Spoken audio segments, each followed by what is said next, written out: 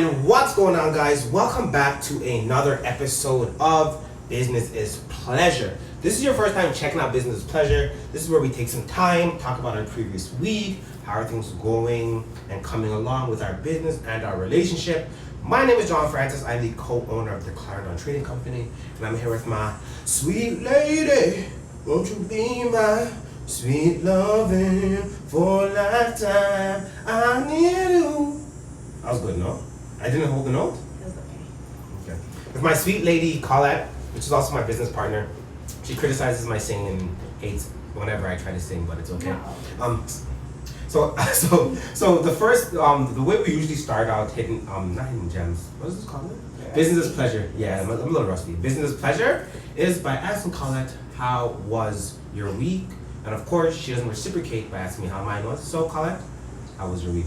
Or like, how's your month been since we haven't shot one of these in forever? Great. Mm-hmm. Let's hear it. I have been enjoying my time to myself. Okay. I've been enjoying my time, enjoying the weather, the sunshine. You know, it's been a really long time since we've had back-to-back weekends off, and I've been enjoying it a lot. Yeah, I'm yeah, very yeah. happy right now. That's really, really good. And it's kind of crazy too, because it's a gift and a curse to kind of have this extra added time off during the weekends, because of course, as you know, and I'm sure as some of you guys know, we're always traveling on weekends to do events and everything. And I think I've liked this last 3 weeks also a month off as well, because it's allowed us to go on different dates together, actually enjoy our weekends, not feel like we're working 6 days in a row anymore. So that's really nice, I think. But I think in terms of business, it's just that we need to find a way to put a little more effort into trying to do something for the house or for the business, like we said we would have, Yeah, and I also feel like when we are not at events, we really want to enjoy our weekends. Oh no, for sure. So we kind of go all in. Okay, so guys, so in Toronto, if you guys ever come to Toronto, the best time to come is literally from July 20th to August 15th. During that time, there was literally hundreds and hundreds of festivals that are going on. For us, we're Caribbean, so we had the Caravana Festival that came up, and it was just crazy. 5 days straight of partying for Colette. I only had 4, I'm not as wild as she is. But overall, it's just been crazy. Then this past weekend, we had a bunch of food festivals that we went to as well. So it's that's one of the hard things people rarely ever talk about when it comes to business, is okay, how do you minimize the amount of fun you want to have in your life so it doesn't interrupt your business? And I think for us, we've had a decent amount of fun. It's interrupted our business a bit. We got to be honest with ourselves. It's definitely interrupted our business a bit. But it's what is your limits? And when do you got to say, hey, let's take a step back? I think you just have to have a good balance, and I feel in some aspects we didn't necessarily have the best balance, because from the beginning of the year till about 3 weeks ago, we were going back to back to back every single weekend pretty much. We'd have maybe 1 weekend off a month, you know what I mean? So I feel we kind of over indulged in our business and didn't necessarily invest in ourselves. So then when we did have the opportunity to have a break, we kind of just went crazy, you know what I mean? So I think if you are running a business, it's good to try to at least have some kind of balance, so that way your time off isn't a complete rager, and then your business suffers. It's so funny because that was the article I actually wrote yesterday. It was called when is the appropriate time to take a break? And for me, what I said in the article was for us, I think we try to focus on you should focus on 2 things. Yeah. One should be your timeline. If you've worked hard for 5 months straight, 7 days a week, and you're happy where the business is, maybe you should take 2 days off, a week off. You know what I mean? Yeah. And then the other one was maybe it's a financial goal you want to reach, If you're hey, I want to reach $10,000, I want to reach $10,000, I'll take a break at that point. Yeah. So I think it's really good for us, because we even talked about it, and we said to ourselves, we don't plan our breaks. We plan one of them, and that's 1 December. Yeah. You know what I mean? And I think if we were to plan breaks, it would have us look towards something and then, okay, yes, we're working hard at this, now we can enjoy the rest. And not even that, but we'd be better prepared for it. When I was saying we should plan our breaks, not necessarily, I wasn't saying in the sense of planning when to take our breaks, because I feel we kind of know our breaks are usually correlated with holidays, right? Yeah. Whereas I felt I was more so speaking that we need to plan and prepare for our breaks by like, for example, like maybe take extra pictures the week before a break, you know, so that week you can kind of relax because you know there's extra pictures, or pick a little extra more the week before. For me, like write a couple extra articles, you know, so I just have them lined up to post them, you know what I mean, like just little things like that. No, that's very true as well too. Because even in the article, what I wrote as well was, if you do take a break, how can you ensure that your system? Don't look at me like that because I took a little burp. Don't do that. I saw the disgust in your eyes. I'm like, why is she doing that? Now you make me feel insecure. Don't do that. I'm sorry, babe. I heard it come from down here. I'm like, look at her. I'm like, yo, you don't burp? And she's like, you're like, I'm like, why is she doing that? Like, you make me feel insecure. I heard it come from the bottom of your stomach. Okay, let me finish. Don't touch me. I feel a little upset now. But yeah, so it's just like, what was I going to? What was I saying? Breaks, scheduling. Okay. Yeah, so like scheduling breaks and how we can do those things, because they're extremely important for your business. Because you want to ensure while you're away that your business is still able to be sustainable. So like you have a proper system in place. Like, you know, if you're a business of one person, it's kind of hard to have like a system that someone else can do because you're by yourself. That's when I think your idea of like taking more pictures or like picking more often. So when you are off, you know that, hey, I kind of already have everything set up. But then again, let's say like you're an entrepreneur and you have a team of 5 people with you, you know what I mean? It's like, okay, well, when you're not there, can that system sustain itself? Yeah. And I think that's something important as well too. It's like a break isn't necessarily, oh, I get to forget about the business, because that's never the case, right? It's like, you know what? I can take a step back and maybe instead of working 10 hours a day, I'm only gonna do 2 hours for next week. Yeah. You know what I mean? Yeah. So I think that's important too. But I think one of the most important aspect is it's like what's best for you and what's best for your business. Yeah, you have to kind of like, and I feel like even for us, like we're figuring it out as well. Like we're trying to figure out like how's the best way for us to like take a break without it negatively impacting what we're already doing, you know what I mean? And also, and not necessarily taking away from our enjoyment of our break as well, you know? So like it's something that it's gonna be different depending on like how your business is run, what you do you do it online, do you do it in person? Like a lot of different things are gonna apply, but you kind of just have to figure out what works for you and also figure out the results that you're happy with or the lack of results that you're happy with, right? Because for example, for us, like I know that when we are on our break and when we're not posting as much, obviously our sales, money ain't coming in like that. Our sales aren't as high, right? No, and then the second we start posting again, that's when it kicks back up again. But like, you know what I mean? You kind of have to think of, you know, what works for me, what works for my business, what works financially. Like, can I even afford to take a break, right? Not everyone can right now, so. No, and I think that's what the most important thing is too. It's just like understanding that it does work by a case-by-case thing. And I think a lot of the time the advice that we generally hear is like universal, but the reality that it's not, you know what I mean? Like you understand your finances, you understand your dedication and how you want your business to go, I would believe rather than anyone else would. So I think the most important thing is like, you know, like sit down, review everything that happens within your company and business and see what works best for you.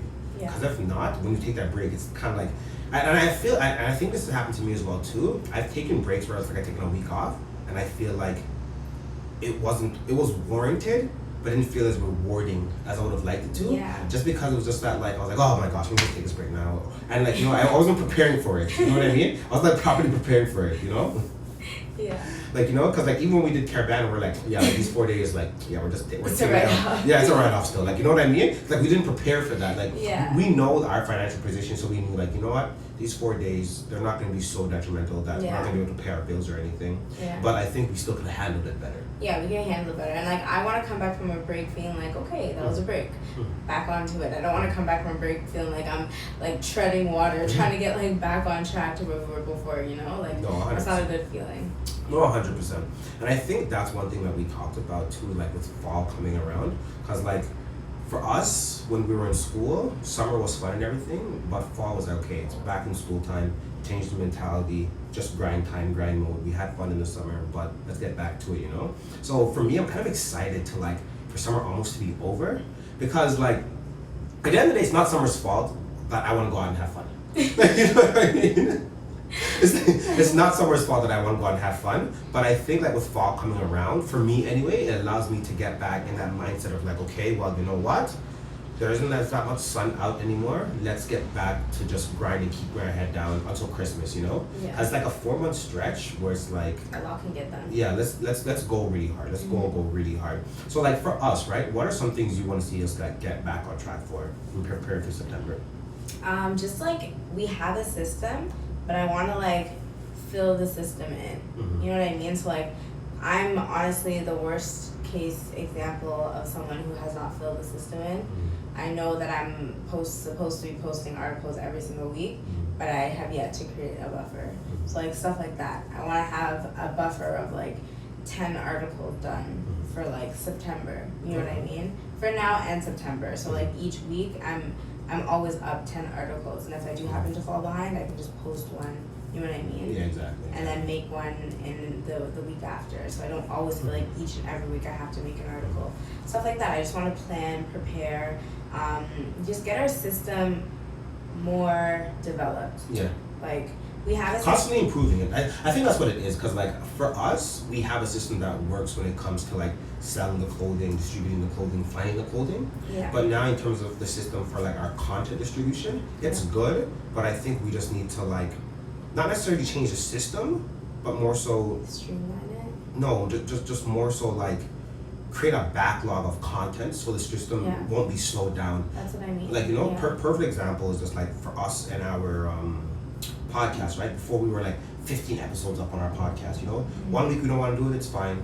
Next week it's fine. But now it's like we still have that same system there, but the backlog of content now isn't there as well It's too, not right? there to Yeah. supply the system. Exactly, and that's one of the unfortunate things too about a system. If one part of that chain or link breaks, the rest of the system's not gonna be able to perform or whatever, you know? Yeah. Because if you look at our content in terms of our podcast now, right? We Yeah. didn't have any videos for like the longest time, and we weren't like making as much effort as we should have to shoot the content. Yeah. And look, bam, we don't have any podcast for 3 weeks.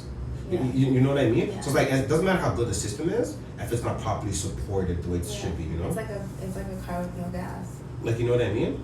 Yeah. Exactly. So, and the thing I like about having these conversations is that we know it's us that are causing like these lags within the system. And I feel like sometimes that's one of the most like exciting and empowering things about running your own business, but also like one of the most depressing. Mhm. It's like good or bad, like It's on you, fam. it's on you. Like It's on you, fam. if you want to sleep in and not do the work that you're supposed to do, like that's on you, and that's gonna negatively impact your business. Like if you want to like take your business to the next level, that is also on you. All your successes, that is you too. Like you know what I mean? Like it's like one of those things that it sounds like it'd be the best thing in the world all of the time, but there's moments when it's not. Like Yeah. there's moments when like I'm just like, man, like I want to be an employee. Mhm. I want to have like somebody to tell me what to do, tell me where to go, tell me when to do something, tell me when to post. Mhm. Like I don't want to always have like so much authority over everything. You know what I mean? No, I definitely get that 100%. But I think like sometimes we don't realize that's what comes with being like the boss. It's like it's That's what literally being the boss yeah, means. it's literally all on you. Like, you know, if you want to create a business that's sustainable, that's able to last a long period of time, what things are you gonna do to ensure that does happen, you know? Yeah. And I think with us, we understand that. But for me, and honestly, it's kind of funny. I feel like it's just my personality as well. For me, I think consistency is one of the hardest things, because I remember even being in school, like the first 4 months of school, I was like perfect student, Then the last 2 months, it's like, okay, I know what I'm doing. Like, you know what I mean? I'm not being Yeah. consistent or whatever. So like, I want to find a That's way. actually so true. No, I'm not. Trust me. Like, I want to find a way for like how my consistency can fit the business's needs. And best. Yeah, 100%. And I also feel like the fact that we are in this together, like you can feed off of me. Mhm. Like if you get those moments when you're like, yeah, like I don't feel like doing this right now, like let me do it. You know what I mean? Like transfer it over to me, or like later on when we're further into the business, like transfer that over to an employee for a week Mhm. or 2 weeks. You know what I mean? Like there's ways around that. No, most definitely. I think that's what the best aspect is too, especially when you have a partner working in business. Is Yeah. that like it's like, hey, like you guys can sit down and realize like, hey, like this marketing stuff, it's been killing me for the last 2 weeks. Let me take over the accounting, you take over the marketing stuff or whatever, you know? But I think sometimes like with us as well too, which is kind of unfortunate, is because like a lot of things that I do, you I don't know how to do do. them. Yeah. Like, you know what I mean? Like Like the that's photography, the editing. like, you know what I mean? Like, if and a something lot was, of the things that I do, you could learn, but Yeah, like yeah, it's yeah. not like firsthand. You know what I mean? yeah, like I think everything you do, I would be able to do fine. I think. Rude. No, cause like I've taken an accounting course, right? So like the accounting, I'd be fine, and the editing, I get Grammarly for the articles and stuff. Cause like you edit them, I just write them, right? Okay.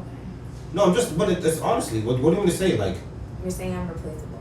yeah, so am I. Once you know my stuff, you can kick me to the curb. You just haven't taken the time to learn my stuff. We both are. But another thing is though, if the system you have, if you create a system and only one person can do it, it's not a good system though.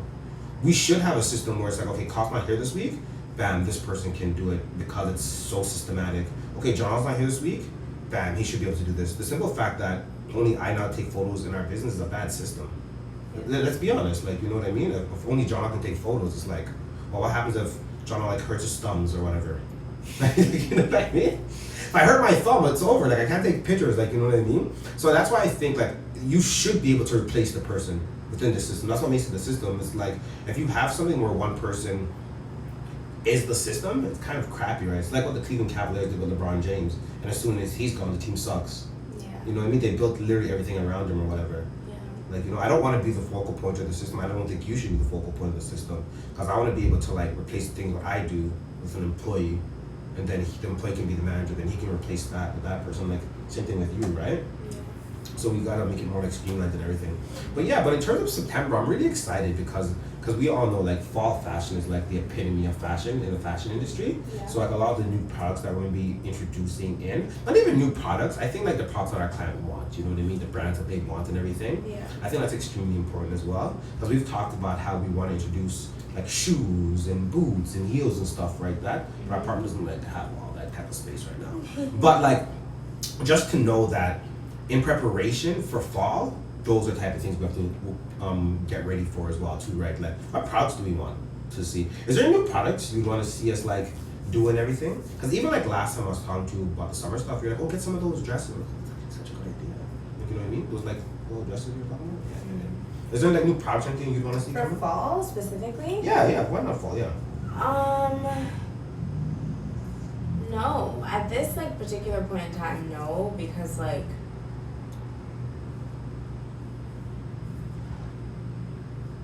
no, like I feel like we already carry a lot of like staples already, especially for fall as well.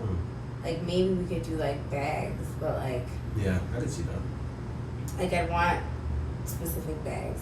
And the one thing that I want to work on, to be honest, sorry, speaking in reference to fall stuff, I want to work on like getting more curated sections of clothing. So for example, like sometimes you'll pick up like women's bags and like women's belts, whatever, or men's belts. When we're at a show, I don't want to have like 4 belts.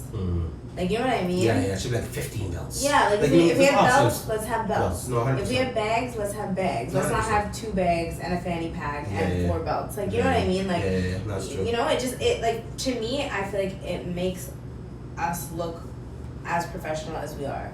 You know what I mean? Like, by having 4 belts, it's like, oh, these guys aren't really serious about belts. And it's like, oh, maybe they're not really serious about anything else either. You know what I mean? Like, I feel like it should be equal or at least on par to the other things that we bring to the table. Exactly. As well. This again, go back to consistency and everything, right? Yeah. Because I know for me, a lot of times when I pick, I'll be like, oh, let's pick belts today, but I won't pick belts again for another 2 weeks. Yeah. Like, you know what I mean? Or it's like, oh crap, I found a cool fanny pack, and I won't worry about finding fanny packs anymore. You know what I mean? But again, it's so crazy though, because like we don't listen to our clients enough. Because like the reason why we don't have enough fanny packs continually sell, because they keep selling out. Yeah, it was so. Yeah, so it's Same like with belts. exactly right. So it's like, why aren't we continually doing these things? A part of it for me is just like I know this is like a horrible excuse, guys, but I'm still gonna use it. It's because like when I take the picture of the belt now, I hate having to get up and having to measure it to see how long it is. To measure. I'm being honest. To measure the size. That's literally like the only reason. Cause like the belts for the most part, they're like all in one place in our closet or whatever, so it's really easy to find. But it's literally like I don't want to get up. It's like I already had to find it, and now I have to go thing it. Like I said, horrible excuse, but that's the only Really reason. bad excuse. Yeah, that's the only reason I have. But yeah, aside from that, like, yeah, I think having belts and having stuff like that allows people to be like, okay, I'm gonna go to this website now.